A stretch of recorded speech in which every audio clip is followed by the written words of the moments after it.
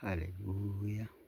Basi nawakaribisha katika jina la Yesu Kristo siku ya leo, kwa sababu Mungu amekuwa mwaminifu, amekuwa kimbilio letu. Yeye ndiyo ametuwezesha tumekutana siku ya leo katika ibada hii ya neno lake. Anawakaribisha kila mmoja anayesikia, kwa ndugu, kwa kila mmoja anayesikia siku ya leo.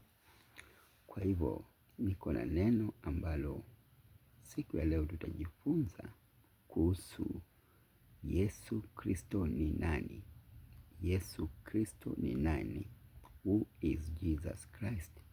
Leo tunaenda, hiyo ndio title ambayo tutajifunza, na tutajua Yesu Kristo ni nani na alikuja kufanya nini, na ni kwa nini aliweza kutoka mbinguni akavaa mwili wa mwanadamu ili akuja kutukomboa ama akomboe mwanadamu. Kwa hivyo siku ya leo nawakaribisha kwa kila mmoja in Jesus name. Wacha tukaweze kuomba na tukaweze kushiriki neno hili siku ya leo in Jesus name.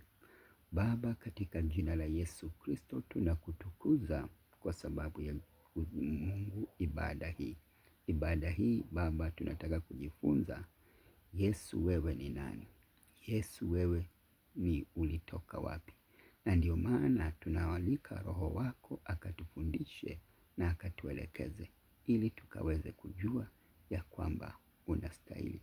Baba, tunachukua elimu nyingine zote tunaziweka chini ya nyayo zetu na tunainua neno lako. In Jesus name we pray and believe. Amen. Basi vile nimetangulia kusema ya kwamba siku ya leo tunataka kujifunza who is Jesus. Who is Jesus? Kwanza tukiangalia katika Biblia inasema ya kwamba Yesu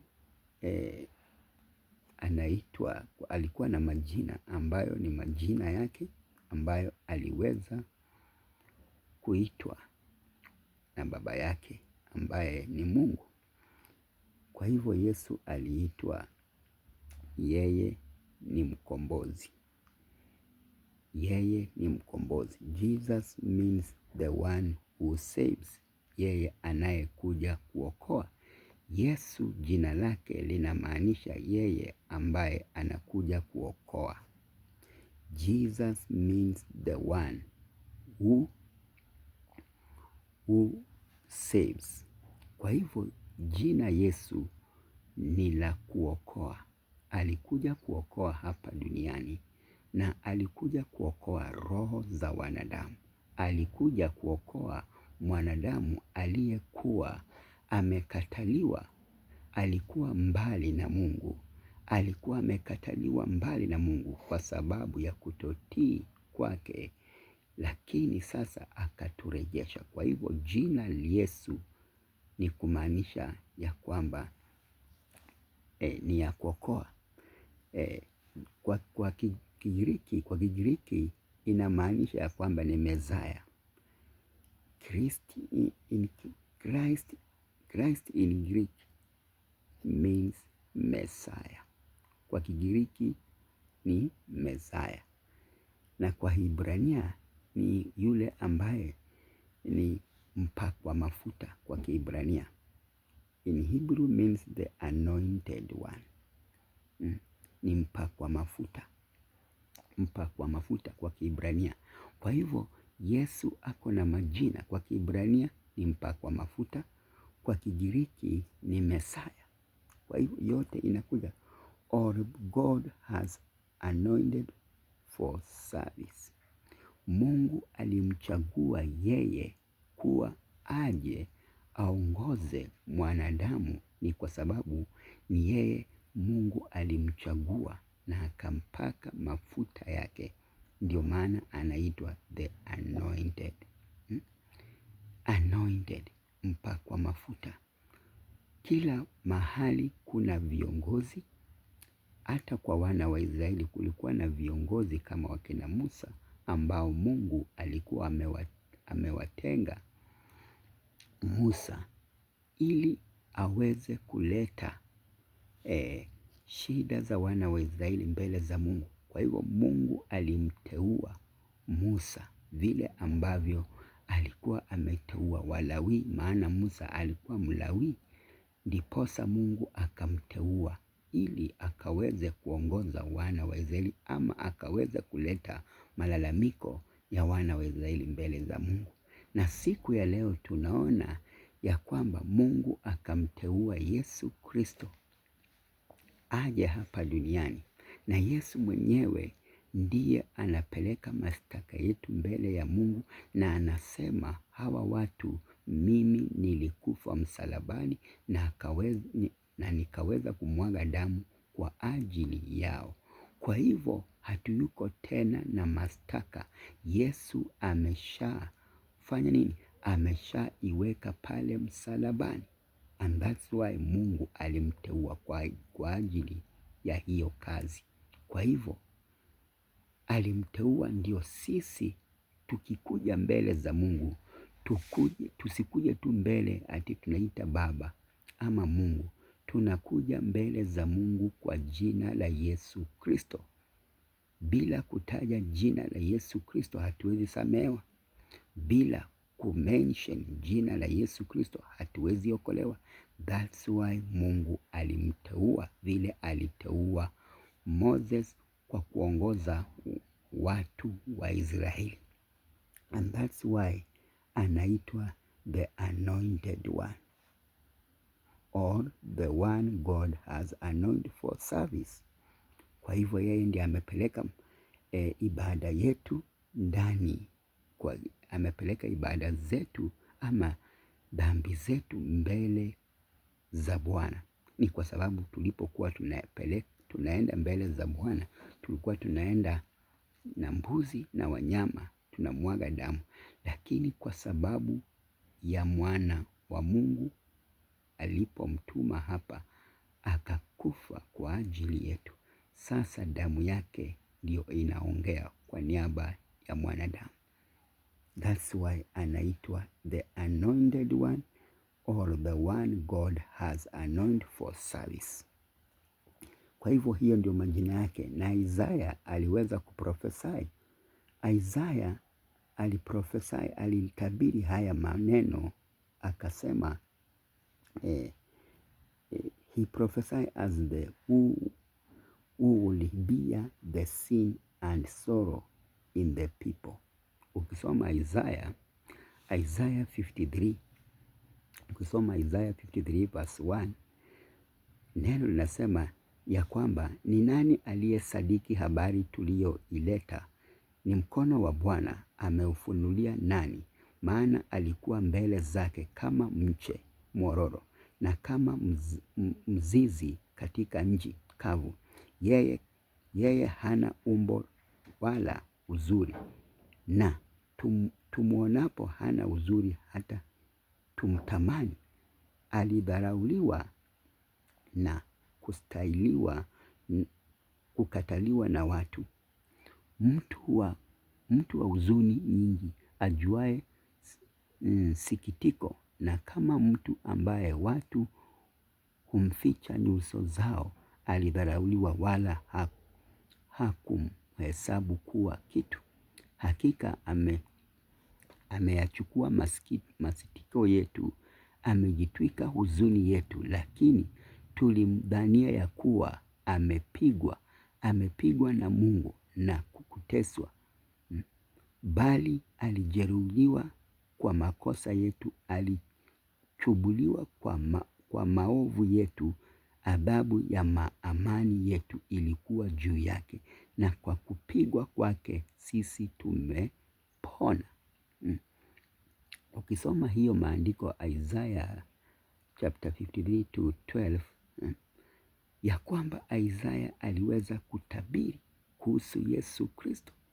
Akasema alipigwa, akatobolewa katika mbavu zake, akaweza kupigwa na akanyenyekea kama mwana kondoo ambaye anapelekwa machinjioni, wala hakufungua kinywa chake kwa kiburi ama ajibu, bali alijinyenyekeza. Ni kwa sababu ni yeye aliweza kutumwa na Mungu ili aturejeshe sisi wanadamu ambao tulikuwa watu shingo ngumu, ambao tulikuwa tumekataliwa.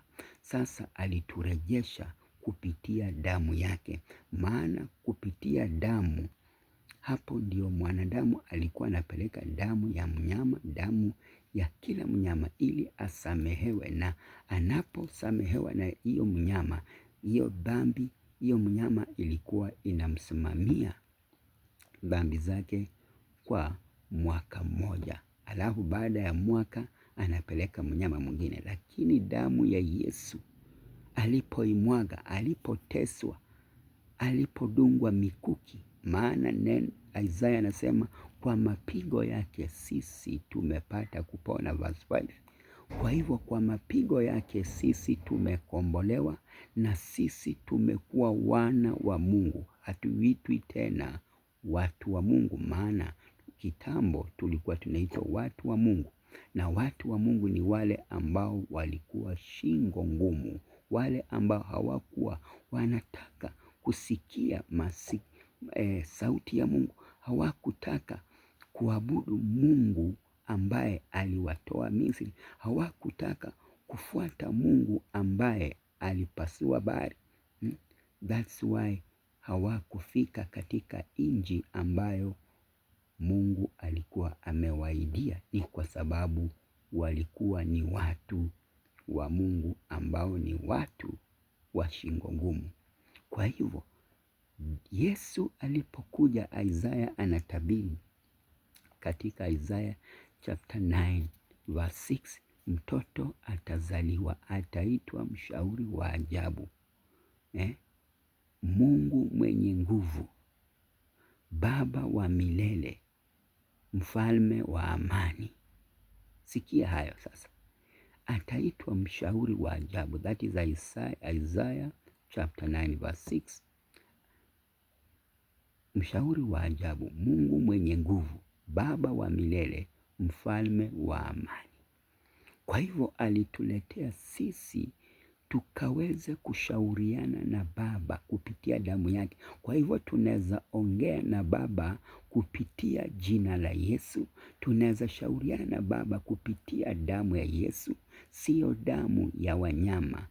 Tunaweza ongea, tumeletwa karibu katika ushirika, sisi ambao tulikuwa mbali na Mungu, ambao tulikuwa tumetengwa, maana maana sisi si watakatifu, sisi ni watu wa mataifa. Lakini sasa tumeletwa karibu kupitia damu ya Yesu Kristo, kupitia jina ambalo ni mpakwa mafuta, Yesu Kristo, Yesu wa Nazareti. Kwa hivyo kumbuka, ninazungumzia Yesu ni nani. Topiki yangu ni Yesu ni nani, who is Jesus. Tunaona Isaya alitabiri katika Isaya chapter 53. Tena tukaona anatabiri katika Isaya chapter 9 verse 6, mtoto amezaliwa, ataitwa mshauri wa ajabu. Kwa hivyo tukitaka kushauriana na Mungu, lazima tupitie kwa mshauri wa ajabu ambaye ni Kristo, tukaweze kuongea na Mungu kupitia njia ya Yesu Kristo, ili tukaweze kushauriana na Mungu. Ni kwa sababu ametuita kutoka kwa dhambi kupitia damu yake na kutuleta karibu. That's why anasema katika Isaiah chapter 1 verse 18, ya kwamba njooni tusemezane, asema Bwana. Dhambi zenyu hazijapokuwa nyekundu kama damu, nikazioshe zikawe nyeupe kama theluji. That is Isaiah chapter 1 verse 18. Kwa hivyo sisi tumeitwa ili tukaweze kusemezana na Bwana. Tumeitwa ili tukashauriane na Bwana kupitia damu ambayo Yesu Kristo aliimwaga pale msalabani. Sasa hakuna tena kupeleka mbuzi, hakuna tena kupeleka ng'ombe, Hakuna tena kupeleka mayai, hakuna tena kupeleka dhabihu, hakuna tena kupeleka mandume. Damu ya Yesu ndio inaongea, and that's why ameshatuita katika Isaiah chapter 1 verse 18, njooni tusemezane, asema Bwana, dhambi zenyu hazijapokuwa nyekundu kama damu, nikazioshe zikawe nyeupe kama theluji. Kwa hivyo anatuita katika mapenzi yake, anatuita katika utakatifu wake, anatuita katika uzima wake. Sisi ambao watu wa mataifa tuliokuwa tumetengwa, tuliokuwa mbali na Mungu, sasa tumekaribia Baba kupitia Yesu Kristo, Yesu wa Nazareti. I think unanishika sasa. Kwa hivyo siku ya leo another point ni Yesu aliitwa mwana wa Adamu na bado alikuwa ni mwana wa Mungu, yani the term of son of God and son of man. Hiyo aliitwa mwana wa Adamu ni kwa sababu alitoka mbinguni akavaa mwili wa mwanadamu, ndio maana anaitwa mwana wa Adamu, lakini bado ni mwana wa Mungu. Ni mwana wa Mungu. Wacha tuone Mark, katika Mark chapter 2, Mark chapter 2 verse 10. Mark chapter 2 verse 10. Mark chapter 2 verse 10 nasema nini? Mark chapter 2 verse 10. The Bible says in Mark chapter 2 verse 10 ya kwamba akaingia Kapernaum tena baada ya siku kadhaa wa kadhaa, ikasikiwa ya kwamba yumo nyumbani. Verse 2, wakakusanyika watu wengi, isibaki nafsi hata mlangoni, akawa akisema neno lake. Nataka ushike hiyo. Mark chapter 2 verse 2, wakakusanyika watu wengi, isibaki nafasi hata malangoni, akawa akisema neno lake. Kwa nini alikuwa na Bible haijaeleza na akasema neno la Mungu. Bible haijasema na akasema neno la Baba wa mbinguni. Bible imesema in Mark chapter 2 verse 2, wakakusanyika watu wengi, isibaki nafasi hata mlangoni, akawa akisema nao neno lake. Kwa sababu gani? Ni kwa sababu Yesu Kristo ni Mungu.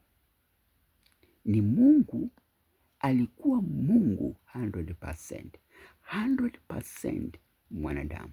Ni kwa sababu gani? Uchungu alikuwa anasikia ni uchungu wa mwanadamu. Kazi alikuwa anafanya kazi kama mwanadamu, na anaenda kanisani. Tunamuona anamaliza kupiga randa saa 9, unaona anaenda kanisani, anakutana na viwete pale mlango mzuri, anawaponya. So alikuwa matendo yake ni ya mwanadamu. Alikuwa 100% a human being, 100% God.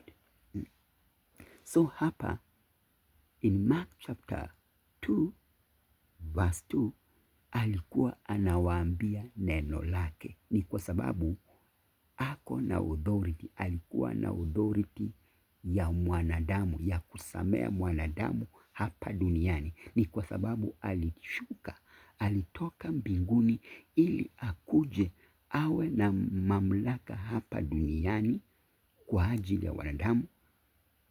And that's why alikuwa anasema kwa neno lake, vile neno linasema in Mark chapter 2 verse 2, wakakusanyika watu wengi, isibaki nafasi hata malangoni, akawa akisema nao neno lake, si neno la Mungu, maana yeye ni Mungu 100%.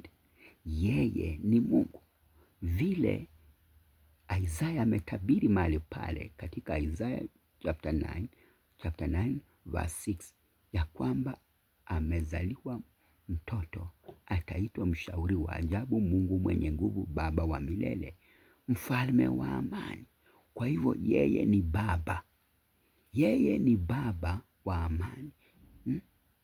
Yeye ni Baba wa milele na ni mfalme wa amani. Kwa hivyo alishuka hapa duniani kuleta amani, amani ambayo sisi watu wa mataifa tulikuwa hatuna amani na Mungu, tulikuwa mbali na Mungu. That's why Mungu anatuita katika Isaiah chapter 1 verse 18, njooni tusemezane, asema Bwana, dhambi zenu hazijapokuwa nyekundu kama damu, nikazioshe zikawe nyeupe kama theluji. Siku ya leo, my brother, my sister, unaitwa. Mungu anakuita kupitia damu ya Yesu Kristo. Anakuita kupitia Yesu Kristo. Maana hakuna mwingine ambaye tunaweza kumkaribia Baba isipokuwa jina la Yesu Kristo. Kwa hivyo, who is Jesus? Jesus is God. Jesus is God. Yesu ni Mungu na bado Yesu ni mwana wa Adamu. Ni alijiita mwana wa Adamu ni kwa sababu alizaliwa kama mwanadamu. That's why alijiita mwana wa Adamu, lakini alikuwa 100% mwanadamu, 100% God. So tunaendelea kusoma neno katika John chapter 17. John chapter 17 verse 22. John chapter 17 verse 22. Tusome John chapter 17 verse 22. John chapter 17 nasema verse 22. Neno linasema hivi verse 22. Nami utukufu ule ulionipa nimewapa wao, ili wawe na ili wawe na umoja kama sisi tulivyo umoja. Verse 23. Mimi ndani yao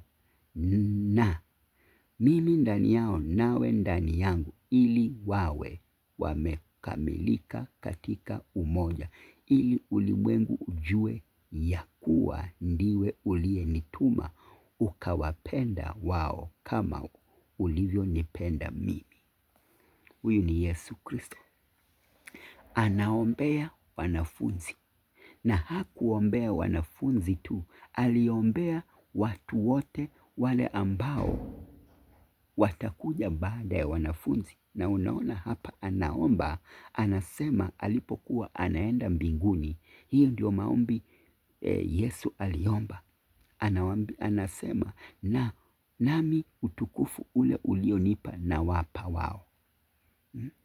Kuna utukufu Mungu alimupa, the anointed, mpakwa mafuta.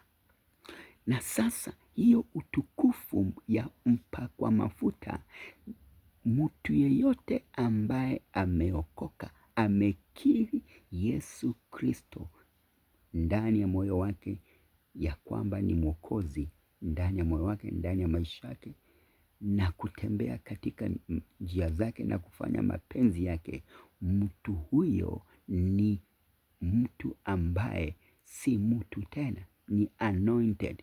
Every Christian, kila Mkristo ni mpakwa mafuta. Ni kwa sababu ako na utukufu ambao Yesu alituachia mahali hapa. Mafuta hayo ni nini? Ni Roho Mtakatifu ambaye yeye aliambia wanafunzi in Act chapter 1 verse 8, enendeni katika Yerusalemu, katika chumba cha juu, mkangoje nguvu mahali pale, na mtapokea nguvu. Na hiyo nguvu mtaenda kushuhudia Samaria, mtaenda kushuhudia Yudea. Hizo nguvu ndiyo mafuta ambayo ilikuwa na Kristo, na hiyo nguvu basi ndiyo utukufu ambayo Yesu anasema mahali hapa katika John chapter 17 verse 22 akiomba. Hii ni maombi ambayo ilikuwa anaomba last akipaa juu. Ameshateswa, ameshafufuka, amesharudi.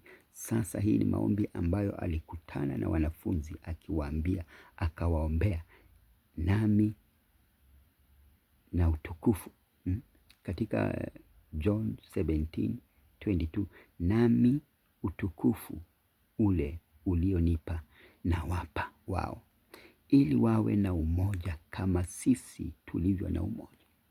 Kwa hivyo Baba na Mwana ni mmoja.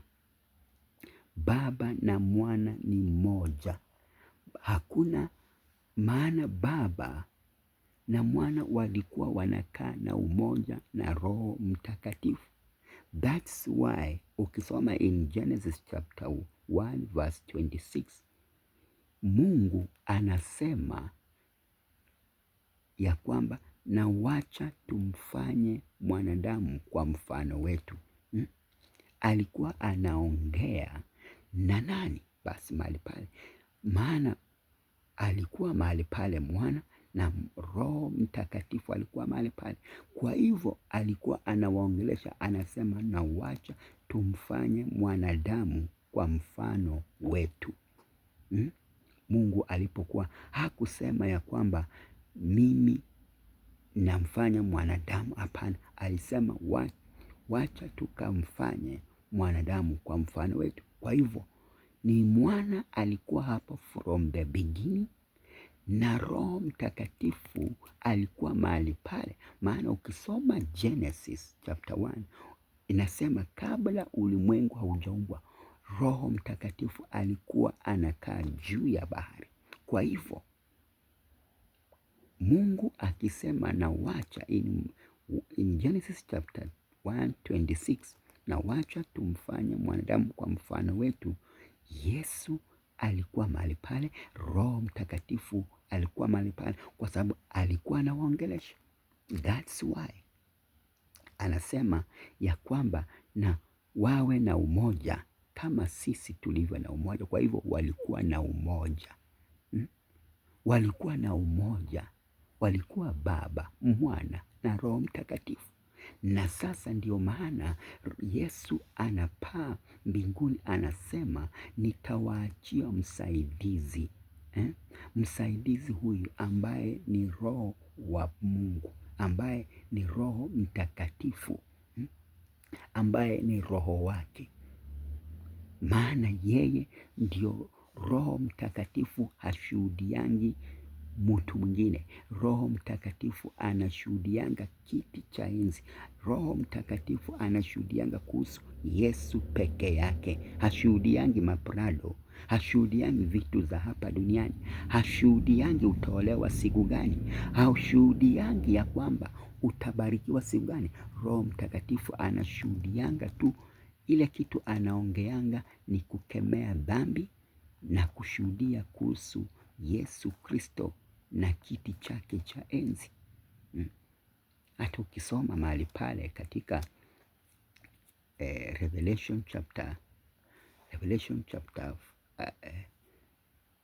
I think chapter 4, utaona chapter 4 John anasema in verse 2 mahali pale, nilipokuwa rohoni nikaona kiti cha enzi. Ya kwamba kiti cha enzi, ya kwamba mfalme amekalia katika kiti cha enzi. John anashuhudia, John the Revelator, Revelation chapter 4, kisoma hapo mahali pale, ya kwamba nilipokuwa rohoni nikaona kiti cha enzi kimejaa nuru, kimejaa utukufu. Kwa hivyo ni nani ambaye aliye na utukufu? Ni Yesu Kristo, Yesu wa Nazareti. Kwa hivyo who is Jesus? Who is Jesus? who is Jesus. Na tunaona ya kwamba hata Danieli mwenyewe alishuhudia mwana wa Adamu. Ukisoma Danieli alitoa unabii katika Danieli chapter 7 verse 13. Daniel chapter 7 verse 13, Daniel anasema ya kwamba anashuhudia mwana wa Adamu. Chapter 7 verse 13, nikaona katika jonzi ya usiku na tazama mmoja aliye mfano wa mwanadamu akaja pamoja na mawingu ya mbingu. Akamkaribia huyo mzee wa siku, wakamleta karibu naye akapewa mamlaka na utukufu na ufalme, ili watu wa kabila zote na taifa zote na lugha zote wamtumikie. Mamlaka yake ni mamlaka ya milele ambayo hayatapita kamwe, na ufalme wake ni ufalme usioweza kuangamizwa. Unaona, huyo mwana wa Adamu,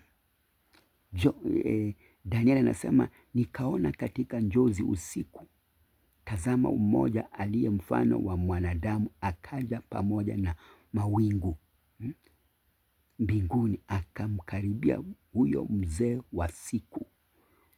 Mzee wa siku ni Mungu mwenyewe.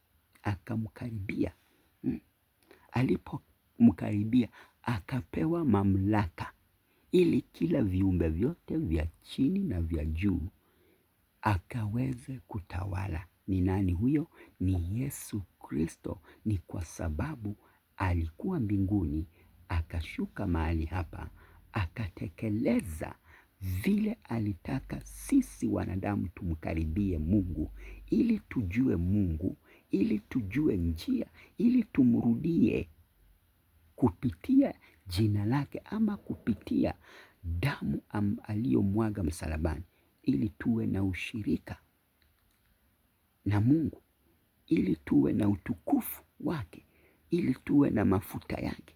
Na hii mafuta ni Roho Mtakatifu. That's why Mkristo yoyote ambaye hana mafuta ni Roho Mtakatifu, basi hiyo ndio the mark ya Mkristo ambayo anafaa akuwe nayo, mafuta ambayo ni Roho Mtakatifu, the anointed Christian. Like Jesus, his name was anointed one. Kwa hivyo alituachia mafuta haya in Act chapter 1 verse 8. Roho Mtakatifu ndio mafuta, na kila Mkristo anafaa akuwe na hii mafuta. Kwa nini awe na hii mafuta? Ndio hii mafuta imuongoze kuabudu Mungu wa kweli. Hii mafuta imuoneshe katika kunyenyekea na kumuonesha kuabudu Yesu katika njia ambayo ni ya mapenzi yake. Bila Roho Mtakatifu sisi wa Kristo hatuna uwezo. Bila Roho Mtakatifu hakuna mark yeyote ambayo tunaweza kuwa nayo. Mark yetu ni Roho Mtakatifu anayetuelekeza katika njia. Kama tumetenda dhambi, anatukemea, tunatubu. Kwa hivyo kama tumenenda kinyume, Roho Mtakatifu anatuonesha tusiende hiyo njia. That's why all Christians, they are anointed by the Holy Ghost. Who is Jesus? Remember, my topic is who is Jesus. Point number 2, Jesus completely man, secondly completely God. Alikuwa both God na both man. So Jesus is God. Jesus is God himself. Yesu ni Mungu. Wale ambao wanasemanga Yesu si Mungu, basi siku ya leo nimewaletea habari njema. Yesu ni Mungu. Yesu ni Mungu. Vile Isaya alisema katika Isaya alitabiri Isaiah 9 verse 6, mtoto amezaliwa, ataitwa mshauri wa ajabu, Mungu mwenye nguvu, Baba wa milele, mfalme wa amani.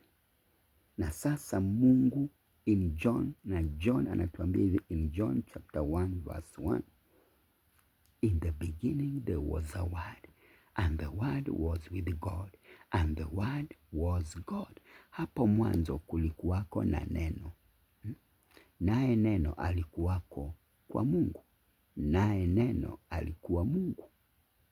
Neno ni nani? Ni Yesu Kristo.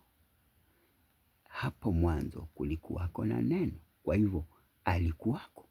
And that's why nimekuambia in Genesis 1:26, Mungu alipoumba mwanadamu alisema, na wacha tukamfanye mwanadamu kwa mfano wetu. Hakusema wacha nikamfanye mwanadamu kwa mfano wangu, alisema wacha nikamfanye mwanadamu kwa mfano wetu. Kwa hivyo neno alikuwa mahali pale na Roho Mtakatifu alikuwa mahali pale, kwa hivyo alikuwa anaongea nao. Kwa hivyo na hapa John anatuambia hapo mwanzo kulikuwa na neno, naye neno alikuwako kwa Mungu, naye neno alikuwa Mungu. Kwa hivyo Yesu ni Mungu, Yesu ni mfalme, Yesu ni mfalme. Na tumeona ya kwamba katika Danieli ya kwamba mwana wa Adamu alikabidhiwa vyote vilivyo juu, chini, vyote viko, makabila zote wakamwabudu. Maana Danieli anasema alipokuwa katika maono aliona ya kwamba mwana wa Adamu alishuka kutoka mbinguni na akakabidhiwa vyote. Katika Danieli 7:13 and 14 akakabidhiwa vyote, na makabila wote wakaweza kumwabudu, na akapewa mamlaka kwa makabila zote, kwa vitu zote za juu na za chini. Ni nani huyo?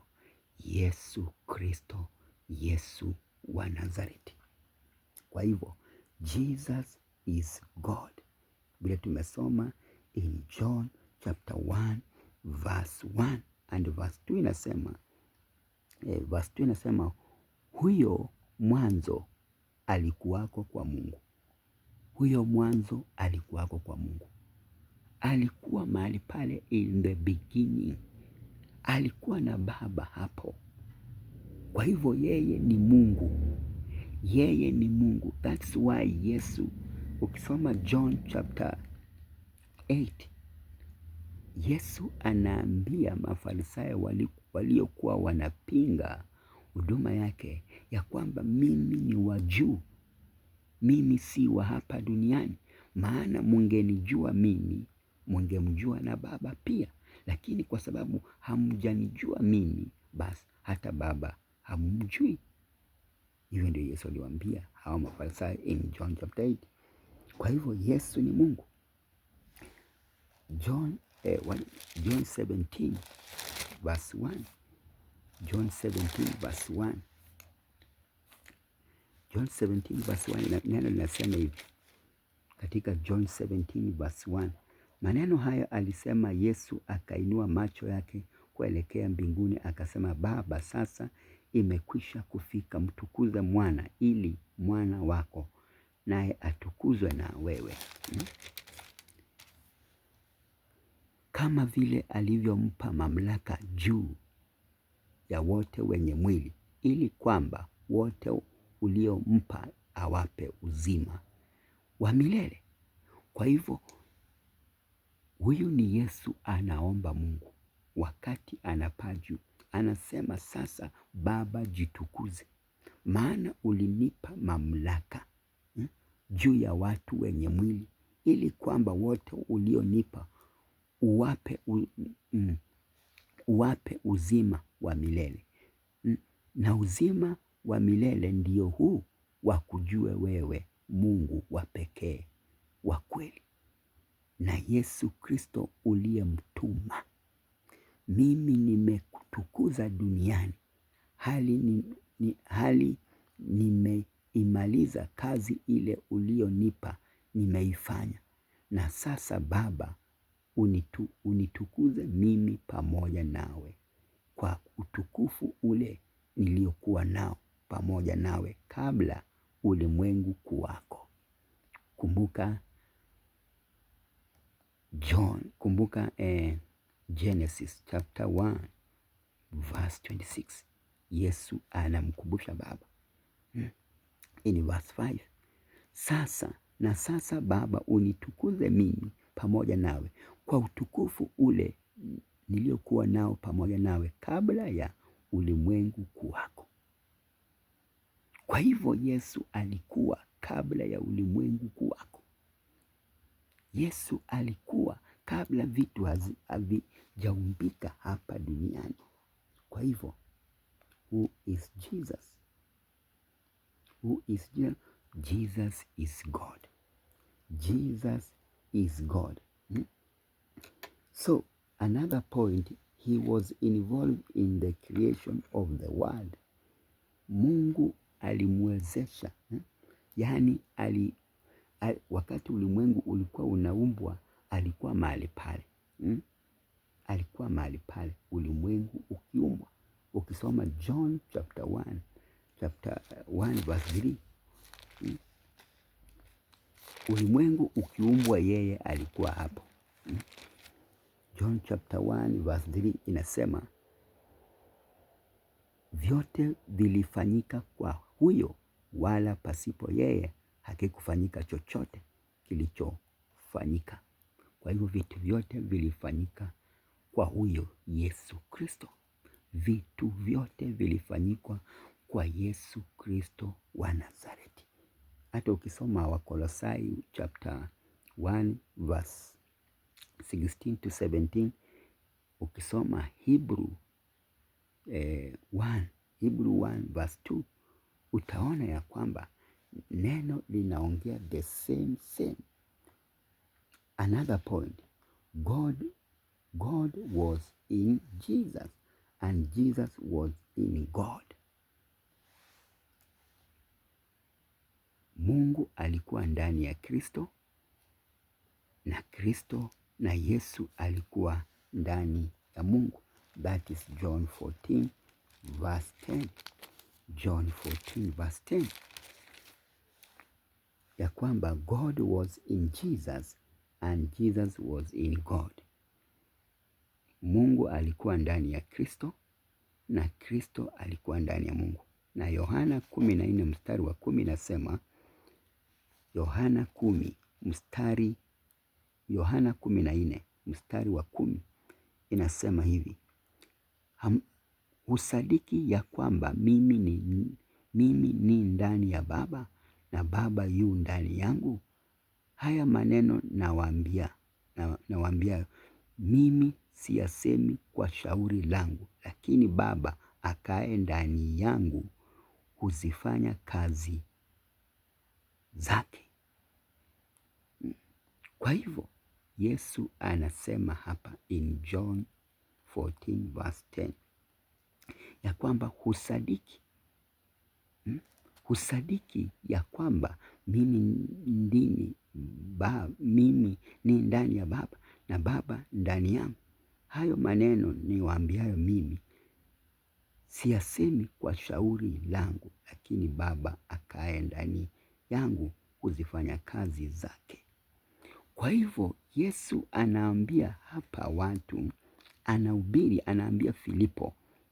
Hapa alikuwa anaambia Filipo, maana Filipo ndiye alikuwa anamuuliza swali hapo, ya kwamba awaoneshe Baba. Lakini Yesu anamwambia, nimekuwa na wewe siku zote, hujanijua. Kwa hivyo akamwambia, mimi Baba anakaa ndani yangu. Ukinisadiki mimi, umesadiki Baba. Ni kwa sababu Baba ako ndani yangu nami niko ndani ya Baba. Na siku ya leo every Christian ambaye amemkubali Kristo na amemkiri na anatembea katika mapenzi yake, katika pendo lake, katika njia zake, ako na Baba, maana Baba ndiye anayekaa kwa Kristo, naye Kristo anakaa ndani ya Baba. Kwa hivyo ndani ya Mkristo yeyote ambaye ameamini Yesu Kristo na ameamini msalaba, kuna Baba, kuna Mwana, kuna Roho Mtakatifu. Umebeba ufalme wa mbinguni. Ni kwa sababu wote hao wanatembea wakiwa katika utatu na wote ni mmoja. Because in the beginning kulikuwa, in Genesis chapter 1 tunaona the Holy Spirit alikuwa juu ya bahari, na tunaona in Genesis chapter 1 verse 26 anasema, na wacha tukamfanye mwanadamu kwa mfano wetu.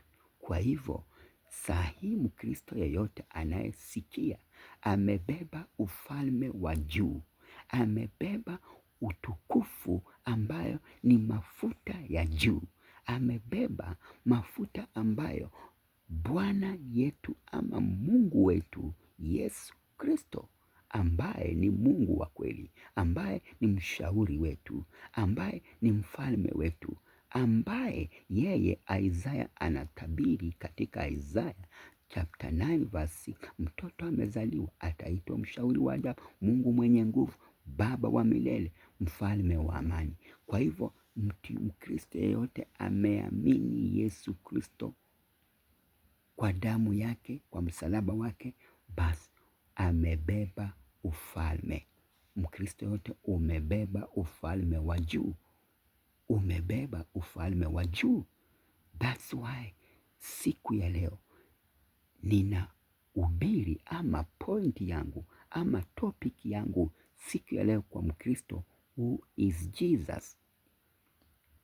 Who is Jesus? Yesu ni nani kwa Wakristo? Yesu ni nani? Yesu ni Mungu mwenyewe. Yesu ni mfalme.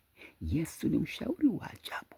Yesu ni Mungu, ametukaribisha kupitia damu, kupitia msalaba wake. Sisi ambao tulikuwa mbali, sisi ambao tulikuwa si watakatifu, sisi ambao tulikuwa si Wayahudi, maana alikuwa Mungu anataka kujiitanisha na Wayahudi, lakini sasa ametuita sisi ambao tulikuwa mbali sana naye, sisi watu wa mataifa, kupitia damu ya mwana kondoo, damu ya Yesu Kristo, damu ambayo ni Yesu, ambaye yeye ni Mungu wa kweli, Mungu wa amani, mfalme wa amani. Kwa hivyo Yesu ni Mungu. Yesu ni Mungu. Yesu ni Mungu. Yesu ni Mungu.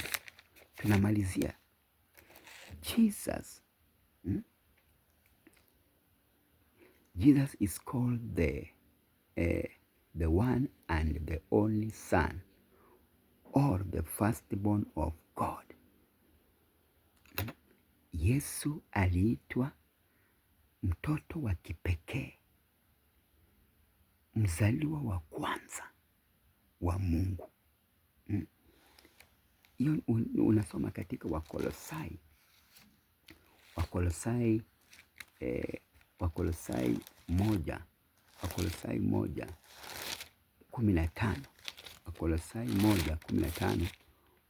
1:15 inasema hivi. Wakolosai 1:15 neno linasema hivi. 15. Colossians chapter 1 verse 15. Naye ni mfano wa Mungu asiyeonekana, mzaliwa wa kwanza wa viumbe vyote. Kwa hivyo hakuna mtu yeyote ambaye ameshamuona Mungu, ni yeye peke yake ndiye aliyemuona Baba. Ni yeye peke yake aliyemuona Baba. Kwa hivyo kupitia imani ya Mkristo ya kuamini Yesu Kristo, basi tumemuona Baba kupitia jina la Yesu Kristo, Yesu wa Nazareti. Baba anakaa ndani yetu. Yesu anakaa ndani yetu, Roho Mtakatifu anakaa ndani yetu. Tumebeba ufalme wa mbinguni wa utatu. Ni kwa sababu gani? Ni kwa sababu neno linasema katika Wakolosai 1:15, naye ni mfano wa Mungu asiyeonekana, mzaliwa wa kwanza wa viumbe vyote. Hatujaiona Yesu akisulubishwa msalabani. Tunasoma Biblia na tunaamini 100% ya kwamba alisulubishwa, na tunaamini alikomboa ulimwengu. Hatujaiona Mungu, hakuna yeyote aliyemwona Mungu, lakini mwana alimuona. Mwana alikuwa na yeye. Kwa hivyo kama tumeamini mwana, tumemuona Mungu, vile amesema ya kwamba mimi na Baba tu kitu kimoja. Ukisoma John chapter 10 verse 30, anasema mimi na Baba tu kitu kimoja. Kwa hivyo Baba tumemwona kupitia Yesu Kristo. Na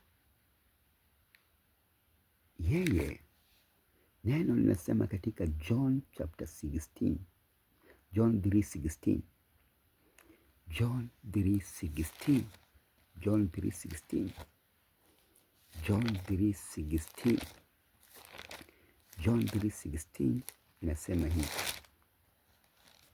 John 3:16, kwa maana jinsi hii Mungu aliupenda ulimwengu hata akamtoa mwana wake wa pekee, ili amwaminie asipotee, bali awe na uzima wa milele.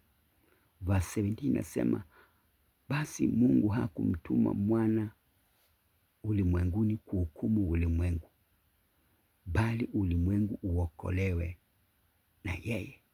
Verse 18 inasema ya kwamba asiyeamini amekwisha hukumiwa, basi ambaye ameamini hajahukumiwa. Kwa hivyo Mungu hakumtuma mwana wake ulimwenguni kufanya kuhukumu ulimwenguni. Mungu alidhihirisha pendo lake, kwa maana jinsi hii Mungu aliupenda ulimwengu. Alitupenda sisi tuliokuwa mbali sana na utakatifu, ili atulete karibu. That's why anasema katika Matthew 11:28, njooni waliolemewa na mizigo mizito, njooni niwapumzishe, nami niwapumzishe. Ya kwamba njooni waliobeba mizigo mizito, njooni waliolemewa na mizigo mizito, nami niwapumzishe. Njooni mkabebe nira yangu, maana nira yangu ni nyepesi. Nira yangu ni nyepesi. Tulikuwa tumefungwa nira tulikuwa ndani ya nira ya sheria, lakini ametuondoa katika nira ya sheria. Sasa ametuweka kwake. Anasema nira yake ni nyepesi na nira yake ni neema. Neema ni kwa kila mtu. Saa hii si Mungu wa Wayahudi, saa hii si Mungu wa Waisraeli, ni Mungu wa wote. Ni kwa sababu anapenda wote, wa makabila wote. So Yesu ana rule makabila zote, ulimwengu wote. That's why today anasema ya kwamba katika verse 18, John chapter 3 verse 18, asiyeamini amekwisha hukumiwa. Kwa hivyo mtu yoyote hajaamini Kristo hajamjua Mungu. Mtu yoyote ambaye hajakiri Yesu Kristo bado hajajua Mungu, hajamjua Mungu, bado hajaonana na Mungu. Kwa hivyo kuna watu ambao huwa wanasema they are dead man walking. Why? Because they have never or known Jesus Christ as their personal savior. Kwa hivyo my topic, who is Jesus? Ninamalizia nikisema ya kwamba neno linasema ya kwamba yeye ndio mzaliwa wa kwanza, na tumejua He has shown us the Father. Alituonesha Baba. In John chapter 1. In John chapter 1 alituonesha Baba. In John chapter 1 alituonesha Baba, verse 18.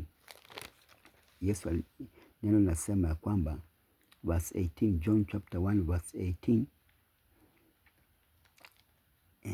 John chapter 1 verse 18. Hakuna mtu aliyemwona Mungu wakati wowote.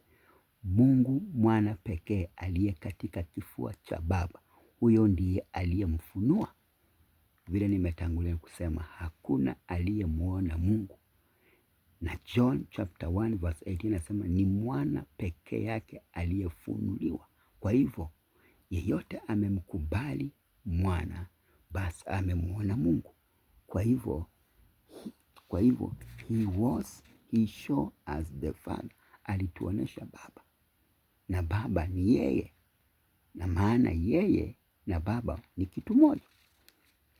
He is the image of the invisible God. Vile tumesoma in Colossians chapter 1 verse 15. Yeye ni Mungu ambaye asiyeonekana. Jesus is able. Jesus is able with God. John chapter 10 verse 30. John chapter 10 verse 30. John chapter 10 verse 30 nasema Jesus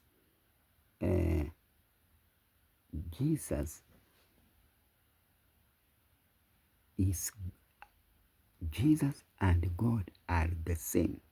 Sasa waje nisome verse 30. John chapter 10 verse 30.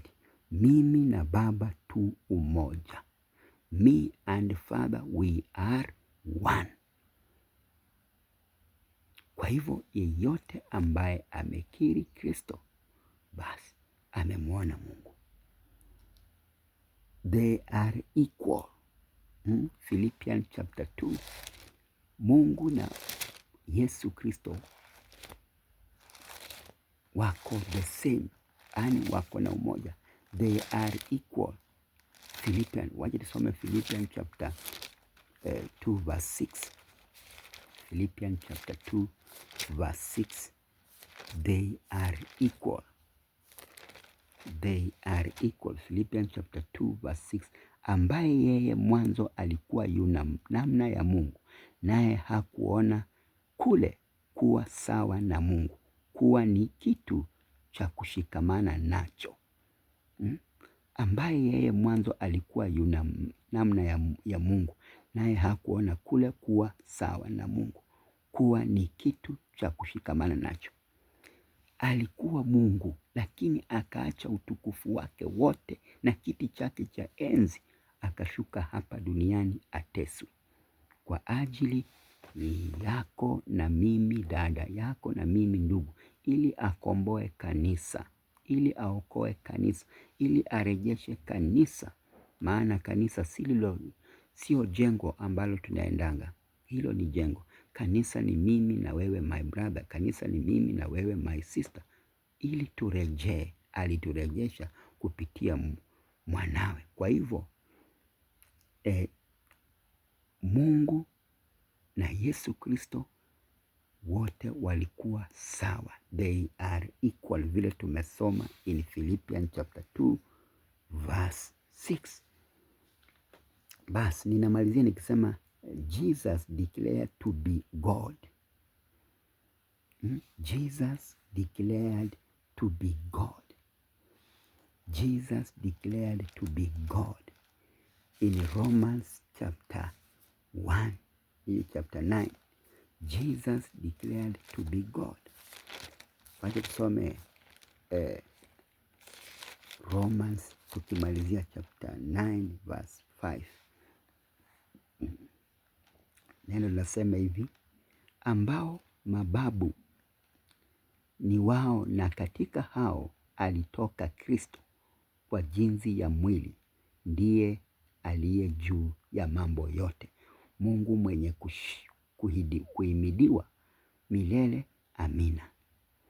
Katika mababu, Paulo anasema ambao mababu ni wao, na katika hao alitoka Kristo kwa jinsi ya mwili, ndiye aliye juu ya mambo yote, Mungu mwenye kuhimidiwa milele. Ni nani aliyetoka katika mababu, katika generation ya Ibrahimu, mababu wa Ibrahimu, kupitia mababu generation yote ambayo ni generation ya Daudi?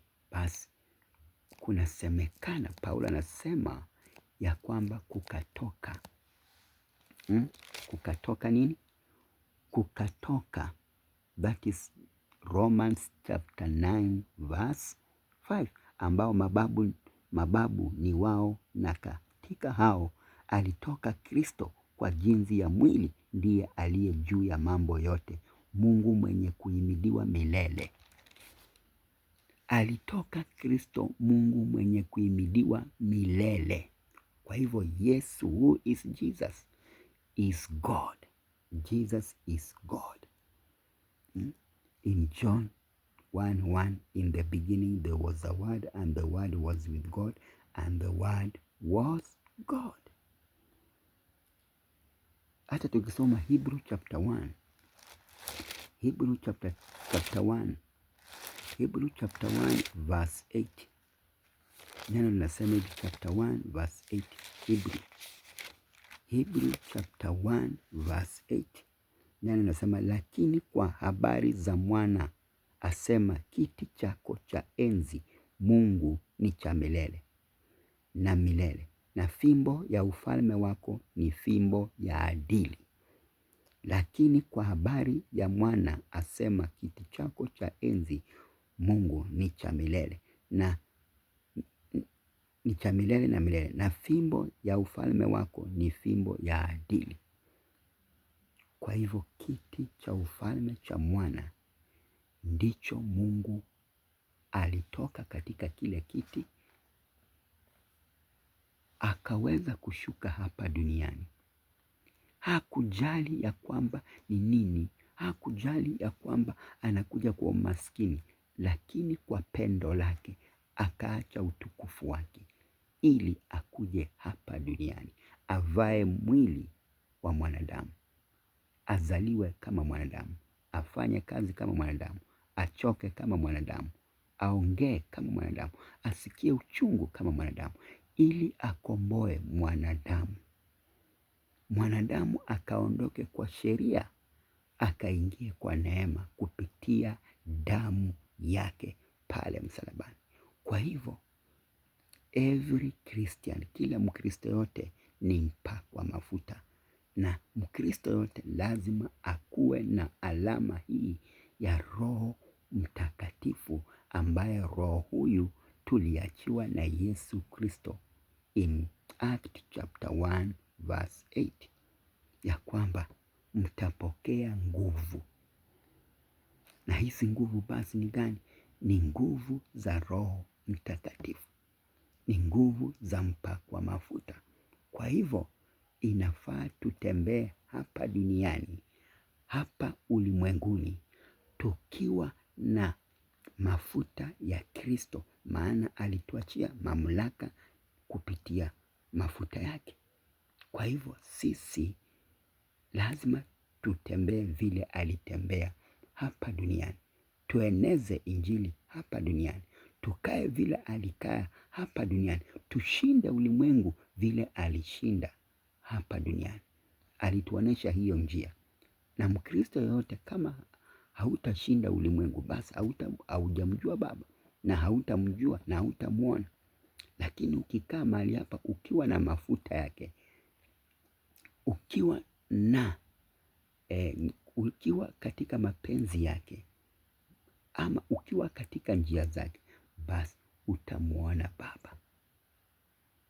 That's why anasema in Matthew 7:21, si wote wamwitao Bwana Bwana watakaoingia katika ufalme wa Mungu, bali ni wale ambao wanafanya nini? Mapenzi yake. Na mapenzi yake nini? Mapenzi yake ni kukaa na mafuta, ni kutunza mafuta, ni kutunza mafuta ambayo ni roho wake. Uitunze, ikuelekeze kumwabudu yeye peke yake, si kuabudu milimani, si kuabudu kule katika Yerusalemu, vile aliambia yule mama katika John chapter 4 verse 24, ya kwamba ni sasa hivi anawatafuta wamwabuduo katika roho na kweli.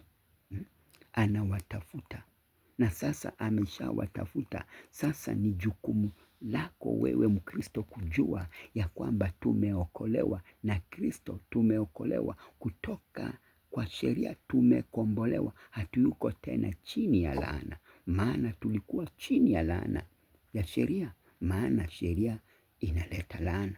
Kwa hivyo tumeachiliwa kupitiwa damu ya Yesu na tunatembea katika neema ya Mungu. Sasa tuko huru kupitia damu ya Yesu Kristo. That's why, hiyo ndio kazi ya Kristo. Huyo ndio Yesu nimezungumzia siku ya leo. Kwa hivyo siku ya leo, mahali uko, kama haujamjua, basi ni wakati wako wa kumjua. Kama haujamjua Kristo ama Baba, ni wakati wako wa kumjua. Mungu hatuendi kwa milima kumtafuta. Mungu hatuendi kule Yerusalemu. Mungu hatuendi kule Shakahola. Mungu hatuendi kule Tongareni. Mungu ako mahali hapa. Bora tu umkiri na kinywa chako na umwamini ndani ya moyo wako, basi anaingia ndani yako, Baba, Mwana na Roho Mtakatifu, and then tembea katika njia zake. Kwa hivyo kama haujamjua, siku ya leo ni wakati wako wa kumjua. Ndio ile siku atakuja kunyakua kanisa, na kanisa ni wewe, basi utaweza kunyakuliwa siku hiyo na umuone. Maana kuna wale ambao hawatamuona, wale ambao sasa hawakumkiri, hawakumpokea kama Mwokozi ndani ya mioyo zao. Kwa hivyo kama hujampokea, rudia maombi haya nyuma yangu. Sema, Bwana Yesu, naja mbele zako. Mimi ni mwenye dhambi. Naomba Baba unisamehe dhambi zangu. Niandike katika kitabu cha uzima. Nivute katika kitabu cha mauti. Baba, nimekupokea kuwa Mwokozi ndani ya maisha yangu. Nijalie Roho wako aniongoze sasa. In Jesus name, amen. Umempokea sasa, umefanyika. Ukirudia hayo maombi, umeshafanyika mwana, umetoka kwa sheria ya kuitwa mtu wa Mungu. Maana watoto wa Mungu ndio wataurithi ufalme wa Mungu, si watu wa Mungu. Kwa hivyo umefanyika mwana. Wacha nikaweza kukuombea. Baba, katika jina la Yesu, yule ambaye ameokoka Kristo, ninaomba ukamwongoze. Baba mtakatifu, utakapokuja atakulaki mawinguni. Yesu, ni kwa sababu amefanyika mwanao. Takasa nyumba yake, takasa ndoa yake, takasa watoto wake, takasa kazi yake. Pokea sifa, ni kwa sababu wewe ni Mungu. In Jesus name I pray and believe. Amen. Basi hiyo ndio neno la siku ya leo, na sasa nataka kukamilisha kwa maombi. In Jesus name. Baba, tumesikia neno lako ya kwamba who is Jesus, Yesu ni nani, na tumesoma maandiko yametuelekeza na tumekujua. Na siku ya leo Baba, msikilizaji atakayesikia YouTube, Baba, katika mitandao yote, Yesu Baba utamwelekeza kulingana mapenzi yako, ukaweze kumtakasa msikilizaji yote Baba atakayesikiliza. In Jesus name we pray. Amen. Amen. Shalom, shalom.